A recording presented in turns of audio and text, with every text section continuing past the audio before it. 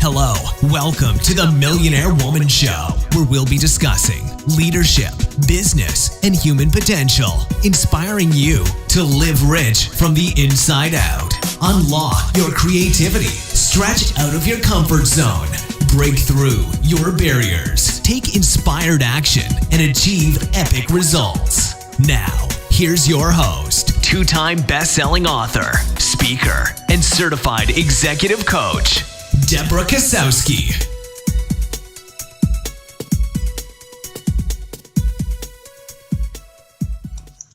Hello, everyone, and welcome to the Millionaire Woman Show, where we talk about leadership, business, and human potential to help you live rich from the inside out.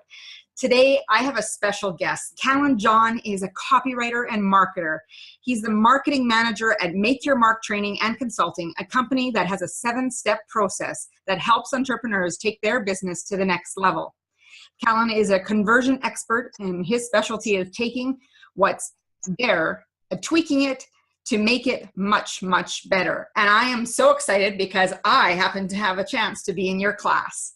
Exactly. Well, here's the first thing I'll start. It's pronounced Kallon. Oh, sorry. So no, it's not your fault because you know me as KJ. Yes. And the reason why I go by KJ because my first name's Kallon, my last name's John, and we already have a Kallon at the office who's the owner of the company. So everyone just calls me KJ. So a lot of people don't even know my name, how to pronounce my first name because it's spelled so weird. Okay, Kallon. Got it. Yeah. I should have caught you at the beginning. Sorry about that, Kallon. That's all right. But you have such a phenomenal energy, and when you were teaching marketing and grabbing people's attention and having so many ahas in the audience, I couldn't help but say, you know what, we got to get KJ on here. We got to get him sharing some of that knowledge with our listeners here on the Millionaire Woman Show, because some of it is so simple that people think it needs to be so hard. So just to get a little bit so people get to know you and get the feel of your energy and how you approach the world, I'd like to know, why did you choose marketing as a career? What drew you to it? Well, I actually went to school for marketing about 10 years ago, but I went to college for it. And one thing I learned after I graduated from college is college does not show you how to do marketing. It shows you how to get a job in marketing, which is completely different because once I started my first marketing job, I thought marketing was making things look pretty and impressing people with design and stuff like that. I mean, that's a part of the design aspect, the branding aspect, but what I learned marketing was it's about compelling people to make a decision that's beneficial for them. That journey started for me about 4 years ago, listening to a podcast just like this. There was this podcast I listen to, I still do religiously. It's called I Love Marketing. And I left my job one day thinking, I really want to help this company and I don't know how to do so. I felt like I was fooling everyone by saying I was a marketer and I wasn't really impacting the company anyhow. I was always had the gift of gab so I can BS my way through anything. And I came to a point where I wanted to actually learn how to improve this company and not just give them lip service. So I drove home and I was actually at my kitchen table, which I am now, just listening to that podcast.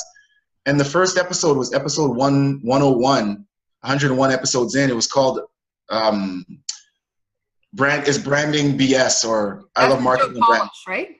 Yeah, exactly. Yeah. Too. It's awesome. Oh, amazing. Yeah. So that was the first episode I listened to. And that was exactly what I thought marketing was. And they debunked everything I thought it was on that one podcast, and something just clicked in my brain. What I explain to people is I realized how much of my actual future was in my hands, and all the things I wanted to do to help people, I could control that through marketing. I can actually help them now properly. I went back to work that next day, and I've always been on this high since 4 years ago. And it's from a podcast like this. It's from a podcast just like this. With Joe Polish. Polish and Dean Jackson, yeah. Yeah, and it's fantastic, and it makes you really think differently. And I love how you said, you had that moment, and it's like, I really need to approach it. So exactly. Based on what you share with me, how much has your life changed since then in having that aha? My life has done a 180, really. I've always had this, like I said, this gift of gab and this song inside my heart that I never got to sing. because I didn't understand how to get it out. Now that I understand not just marketing, but human psychology and how to get people where they want to go by getting them out of their own way, that's helped me in my relationships with my family. It's helped me get engaged in the last, I just got engaged 2 months ago. Congratulations. It's got me in my dream position at Make Your Mark, where I help entrepreneurs. My job is to help entrepreneurs get to the next level. I couldn't ask for a better position. So how much more fulfilling is your life today because of that? God, I don't know this was my plan when I'm 34 years old this year. My plan when I was 28 was to become, because I was such a drifter, was to become a police officer at 34 if I wasn't doing what I wanted to do. I was just going to settle and just become a cop because of the things I heard. They had good pension and they had this longevity and blah, blah, blah. And I came to the point where I'm like, I don't want that. What do I really actually want? And now that I understand what I want and how to get it and how to get people what they want, I mean, like I said, I've been on this high for 4 years. I feel so fulfilled. Yeah, that's pretty amazing. And we're thinking about all the people listening who, you know, they might have that song in their heart too. And maybe there's days that they think, you know what, I am settling. I'm not going after fully what I want to do. And part of it is because they're scared, but they're getting in their own way. So what were some of the steps that you took to get out of your own way? There's two quotes that I always go back to. One is, to get what you have never gotten before, you have to do what you've never done before. Mm-hmm. That quote alone always, when I get up in the morning and I think about, because I read my goal every time I wake up in the morning, my alarm goes off, my goal pops up on my phone, and I read it, and it sets me back to the place of, if you don't want anything, then you can just stay in bed right now. But if there's things you want, there's a list you made the night before that you need to complete, and it starts right now. And that always sets me on the right path. The other quote is, you know what? I forgot what the other quote was right now. I like it. I know what it is. I remember what it is. Is another quote that really helps me. Being a perfectionist a lot really gets in my way. So the quote is, all you can do is all you can do, but all you can do is enough. And just realizing that what I do, just everything I do, if I just finish a lot of the things I do, a lot of things I start, it's exponentially better than making one thing perfect. Yeah. And I think there's so many of us who think everything has to be perfect. And I think one of the greatest lessons that came out of the class that you taught was you're constantly testing all the time. You can make adjustments. So it doesn't need to be perfect right from the get-go. That's the thing, Alon, because right before I started marketing, I started really getting into science. And the book that I recommended the students and you to read is Scientific Advertising, because science doesn't look to prove what's real. It looks to disprove things. It doesn't look to prove things. It deals with falsehoods and not with facts, right? It looks at the facts and makes constructs based on those things. So they say the theory of gravity. People say it's still just a theory, but a theory is the highest scientific level that you can approach. And that's the same thing with marketing. Just because things aren't perfect, it's still exactly where you want it to be. You have to think about what you want in the end and not what your ultimate aspirations are. With marketing, there's no failure. You're just testing. Mm-hmm. You're testing. I like that. It's like Thomas Edison. He knew how many ways a light bulb wouldn't work until he got to the way it did work. Yeah, exactly. So what is the most interesting application that you've had for a job? And I know that there's a secret to it because it scored you your chance of a lifetime. Exactly. Well, what you're referring to is what I shared at Marketing Warrior at our course, where I talk about when I was on Craigslist that one day and I saw this ad, and the ad was very specific for the kind of, not the roles that what the person would do, but more the kind of person that they're looking for. And seeing that, I realized that the person writing this job description is a no-nonsense marketer himself or herself. I could see that. So instead of doing the same old BS resume and bragging about the things I've done as far as jobs, I wrote a cover letter that was essentially a sales letter. I took all the words they used in it and spun them so that they can look like I do those things. So for example, it talks about they're not looking for a clock watcher. So they're looking for a dedicated marketer that's results focused. Because like Dan Sullivan says, a famous business coach says, you can live in the time and effort economy, or you can live in the results economy. So time and effort's based on how much time and effort you put into something, and results, I can work 1 hour and get the results that it takes someone working 8 hours to do. And that's much better. And I saw that's the kind of person that this job offer is looking for. So I wrote my cover letter based on all that knowledge that I had towards that. And I think it's very powerful. And the other thing that you were saying is everything that we write is marketing.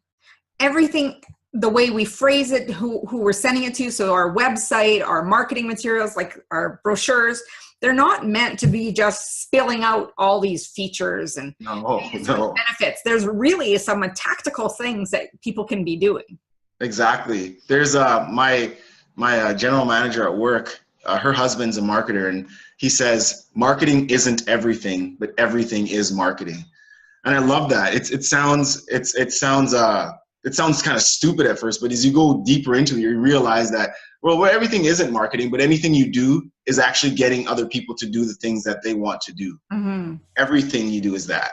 And it has to do with that the influence and the persuasion of having people to buy into your ideas. Exactly. So what are 3 things that you think people do not consider when putting together their marketing plan? Ooh. The Stephen Covey thing, start with the end in mind. What do you want in the end? At the end of you writing anything or making anything, what do you want the listener, viewer, anybody to do in the end? So it comes down to a call to action a lot. A lot of people, I remember we were working with your website, and you had a lot of points of how you take people through your process, but then you got to the end of the page and you just didn't know what to do next. If you like, well, where do you want to lead them next? So you have to start with that end in mind, and the end in mind is, I'm going to have someone in my facility and I'm going to be coaching. So, and then you work your steps backwards. So it's always start from the end and work backwards. One thing. Another thing is for marketers is the design aspect. So when you design something and it might look ugly to other people that aren't your target audience. So it's always figure out who your target audience is first, and then go for them, and don't worry about everybody else, because a lot of the things that we create doesn't look very visually appealing to people. But sometimes that doesn't matter, because if it's getting the message across to your target market and they're clicking and they're going through with what you want them to do, it doesn't matter if it's ugly or not. Sometimes ugly is the best thing you can do, because when things are exactly where they want to go, it doesn't set off that alarm in our head. We don't think, as soon as you move something out of place, you want to put it back into place. There's that loop that doesn't get closed. So we want to keep that loop open and talk to your target market. And the last thing I would say is marketing is just salesmanship in print. That's one thing I harped on you guys a lot of the course is marketing is just how you would sell to a person, how you would put it on a print, how you put it in video, how you would do it on a podcast, how you would do it anyhow. Just remember that it doesn't change anything when you go from talking to someone face to face or you go to write it in with them. You still have to create a dialogue out of a monologue, essentially, because writing is a monologue, but you still have to let them know that I understand your pain, I'm engaged with you. So marketing is salesmanship in print. Yeah. And for those people who don't believe they're marketers, one of the other things that you emphasize is that every single person is a marketer. Oh, regardless if you like it or not. Your success in life and your relationships are contingent on you understanding what the people around you want and you helping them get it, even when they don't feel like they want it anymore. And sometimes that they don't even know that they need it. Exactly. Sometimes they don't even know they need it. So marketing, it's human psychology applied. Mm-hmm. So what is the secret to writing a great copy? Ooh. The secret to writing great copy starts with salesmanship in print. I think it was, who's the copywriter that said it? Might have been Dan Kennedy, who said, record yourself at concert pitch, how you would sell to someone, and just transcribe it and write it down.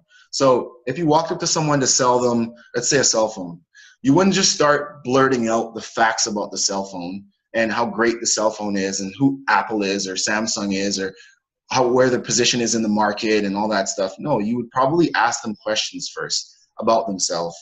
You get all their needs down and you would see if that phone actually does what they need it to do first. If it's not that phone in particular, then you would recommend a different phone that they can use. But what you need to do is find out the needs of your people first, the people you're selling to first, and record yourself at concert pitch talking to those needs. Record yourself actually speaking to them and just transcribe that. That's the easiest thing to do.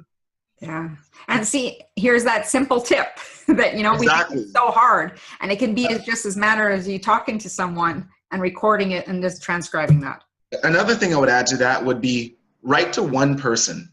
So if you are writing anything on your website, if you're writing anything, an email, never write, hey guys, or hey all, or hey everyone, because they're not reading it all at once. One person's reading at a time. So when I write an email and I know who the target market is, I go on Google and I look up that type of person. I put that picture on my screen and I write to that particular person. I write to one person every time I write because only one person is reading what you're writing. Yeah. And you want that connection, and chances are, even though you're writing to that particular image or that person that you saw, it's an avatar of all the people with similar characteristics. That's exactly what it is. It's an avatar of everybody with similar characteristics. You said it exactly right. So what's better? You hear people saying, well, full long pages that I'm scrolling through, long copy, does it keep me there? Or is it the short copy that's better for the bigger bang to your buck? This is like the age-old debate. The thing about this kind of stuff is when you're in the marketing community, there really isn't a debate. Long copy, almost, I think the stat is 80-something% of the time performs better than short copy, with all things being equal. Long copy is the best way of communicating with people because you get all their objections answered inside the copy. If you leave a stone unturned and they're still wondering, well, does it come in green or does it just come in blue? And you don't answer that, even though the price is right, everything is right, they might not be interested. So you need that extra copy to get through all the points you need to get to. Yeah. A lot of the people's arguments is, well, I wouldn't read that. People don't read that. That's too long to read. And I always say one of the most popular books in the world is the Bible. People read that. People read Harry Potter. People read Lord of the Rings. Mm-hmm. Those movies are so long. There's 9 of them. There's 8 of them. People actually, if you keep people's interest and you don't bore them, because you can't bore people into buying, you don't bore them, then people will take you along that journey. You keep them interested. And that's what writing copy is about. It's about learning what people need and giving them every step of the way, keeping them engaged. So some people will go and hire a marketer, but I've always known, just as an entrepreneur, that it's really good to understand what it does first before you start, delegating that off to someone else. What are some things that people should look for in their marketer?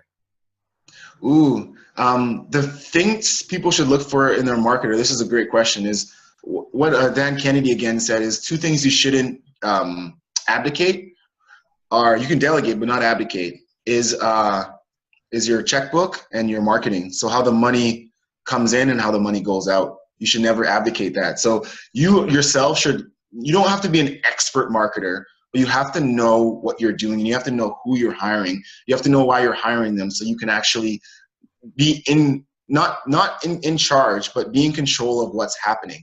They can be in charge of the marketing. You have to make sure you know what they're doing, because the thing about hiring a marketer is most marketers, their customer is you, while your customer is your customers. That marketer needs to know that you are not their customer. Your customer is their customer. Mm-hmm. That's what they really need to realize, because if they're looking to just impress you by putting your face all over everything and making you the star of the ad, and it's going to make you feel good, but ultimately it's not going to make you any money. It's not going to get you anybody to opt into what you want them to do. Yeah. So, always learn the skill first before you start hiring for it. And I think that's a really important piece, because you don't need to be an expert at it, because that's not why you started your business. That's not why you went after what you're going.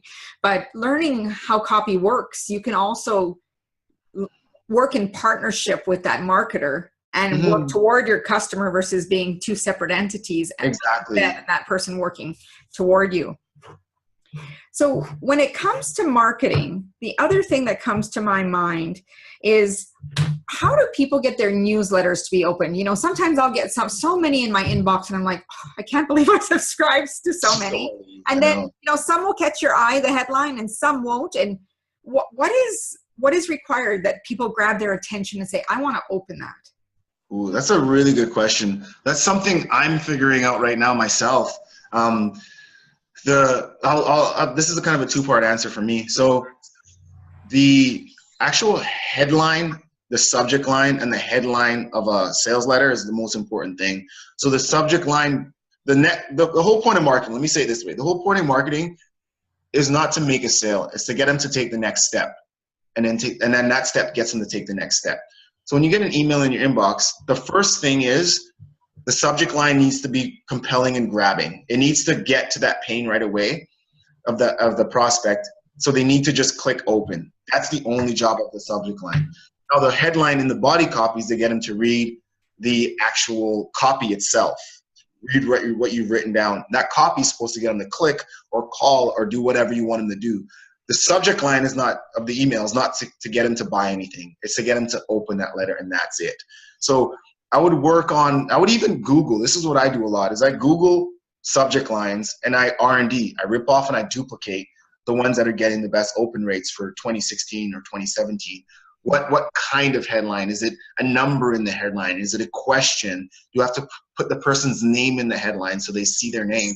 Does that stuff still work? Because a lot of this stuff online, it changes quickly because everyone has access to this information and they overuse a lot of the things. Yeah. And I think, and I love what you said, you know, you can just go to Google. There's so many things people I don't have the resources. Well, the resources are literally at your fingertips. Exactly. And, you know, there's Pinterest, there's a whole bunch of iconographics, there's books like we were talking about earlier, you know, the Copywriter's Handbook, the Scientific Advertising. Everybody has what's available to them. And I think part of the thing is that people don't want to put in the work. I agree. The thing is about, like you were saying about books, is scientific advertising is free. Like you can Google scientific advertising and download it. I think it's 70 pages long, but it tells you literally everything you need to know about the psychology of how people think. It is the best book ever written on the subject of marketing. I was saying real quickly that it's a two-part answer. So what I would do for subject lines and stuff like that is not to rely strictly on one avenue of marketing. One marketing avenue that's really neglected nowadays is direct mail. That is, you don't often get things in the mail for you that you want to open. Most of the stuff you get in the mail these days is either coupon booklets or bills in the mail. But if something's addressed to you that it's handwritten, a handwritten insignia, not insignia, what is it? Address, what's the address box called? Address box, I guess. Your mailing address and your shipping address. Handwritten shipping address on it. That means so much than just an email. Now, email is obviously cheap. It's ultimately free, but if you want people to pay attention to you, you have to get to them how other marketers. You're saying your inbox is overcrowded, but I bet you anything your mailbox isn't with the same stuff. So that's how you break through a lot of the clutter. Mm-hmm. And, you know, just as you were saying that, there's so many ways to market your business, you know, and I think people default to the email or the e-newsletter because they are popular, easy, inexpensive generally. But you need to step out of that box and thinking, because that tends to be what everyone out there is doing. Exactly. Right. So what are you going to do differently to get your message out so people hear more about why they would want to work with you? Yeah, exactly what you're saying. So what you need to do is think about the lifetime value of the customer. So if you sell a product that's $100 and your profit margins are 50%, let's just say, you know that $50 is the ultimate amount you can mail until it stops making sense to mail to them. So you can mail them, if the postcard you're sending is $1, you can mail them 50 times. You can mail them once a month for 6 years before that actually starts making a difference to your bottom line. So it's more about seeding, right? Because you got to start looking about how many different ways that people can market. So we talked about direct marketing, we talked about email marketing, we've talked about postcards, other forms of direct mail, kind of like writing that Christmas letter. Yes. Is another one. What are some other ones that you would recommend that people not, they might have been pushing it aside, but maybe they should bring their attention back to? Yeah, the main one, honestly, no joke, is going to be direct mail. It is, once you start with that and you hone, that's why copywriting is so important, is because you can actually communicate people. You have them write their attention right there, because it's that only piece. There's no inbox to click off. There's a letter in the mail addressed to them with their name on it that looks like it's from your grandmother. You're going to open a piece of mail from your grandma. Yeah. Their mail over the A pile and the B pile. The B pile is usually garbage, and the A pile is stuff that's personal.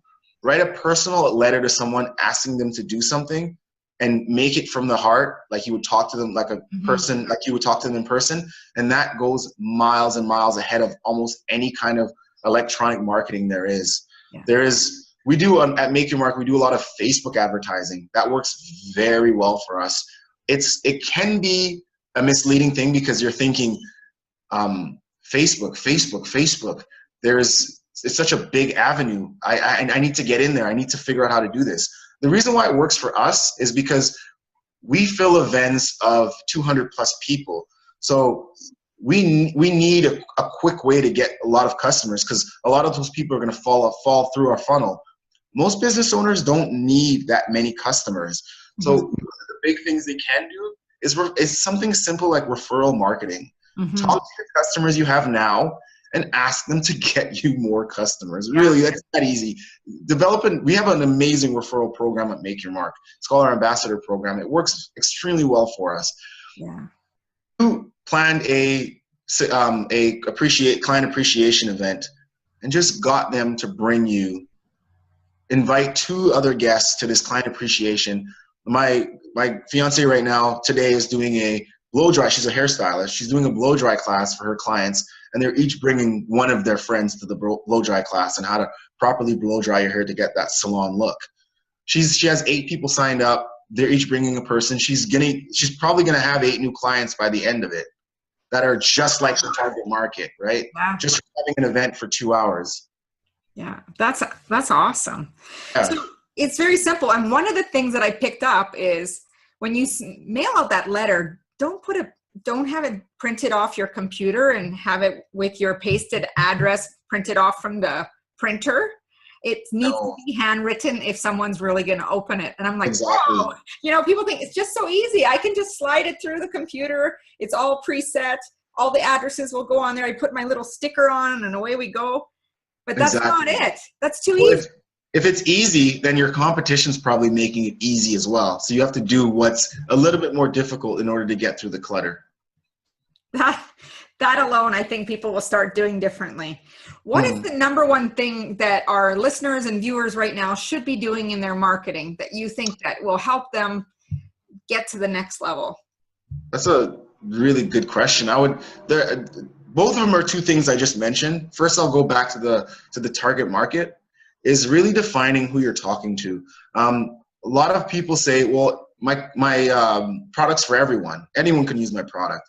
Well, we understand that. I completely understand that. And I'm not saying don't talk to those people or don't sell to those people, but you have a finite amount of time and money and energy. Spend that time, money, and energy on the people that are really going to benefit the most from your product. So honestly, what I would recommend is just Google, select target market, and see what the things are there, like the criteria, age, demographic, interest.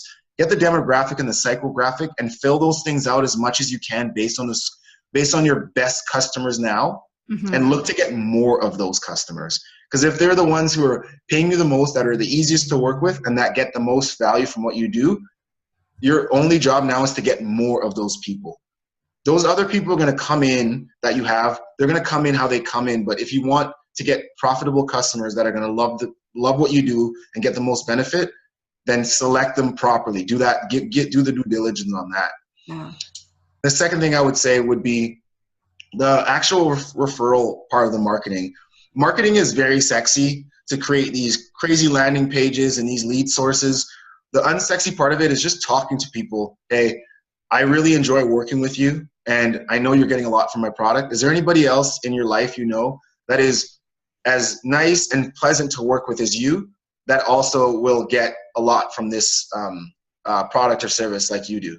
Yeah. Sure, yeah. My friend Steve, he would love, okay, do you mind giving me Steve contact information and just exchanging contact information with me and Steve? Sure, no problem. Done. New customer, just as profitable as the last one. Yeah. And they can tap into their own resources. It doesn't have to be brand new out there. No, not at all. Yeah. I want to thank you so much for joining us today on the Millionaire Woman Show, Kallon. And how can people stay in touch with you if they wanted to talk to you more about marketing? I don't really do any outside marketing for Make Your Mark, but once you're in the Make Your Mark system, we work diligently to make sure that you get all that you need. So if you're listening and you're in Vancouver, you're in Calgary, or you're in Toronto, then go to mymsuccess.com and sign up for our 2-hour event called Mastering Your Business for Maximum Profit and Success.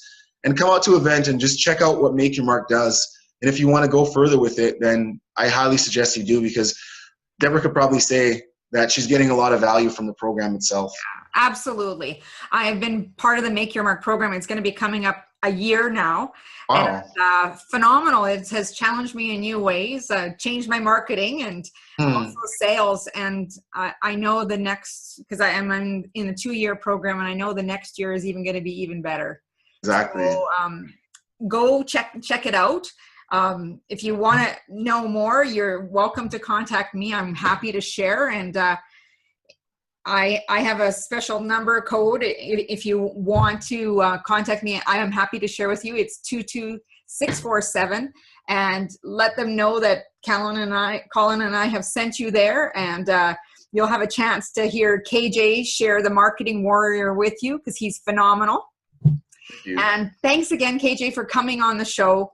I think more people need to understand how marketing works to really deliver the value that they need. And you gave us so many golden nuggets, Wow. so many juicy pieces that people need to hang on to and start looking at their own marketing and reflecting on that.